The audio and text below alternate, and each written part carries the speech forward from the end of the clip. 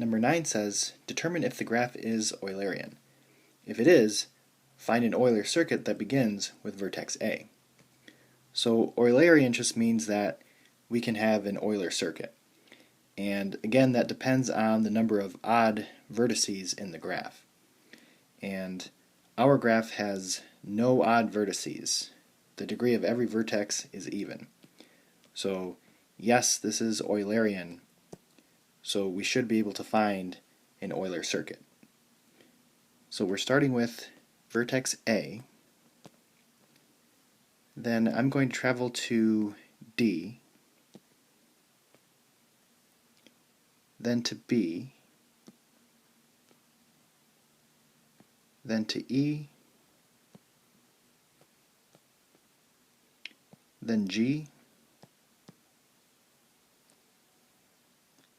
then D,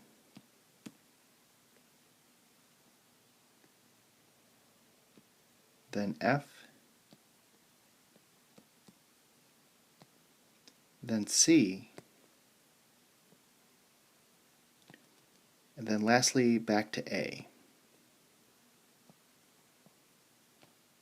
So because we traveled every edge exactly once and ended where we started, this is an Euler circuit.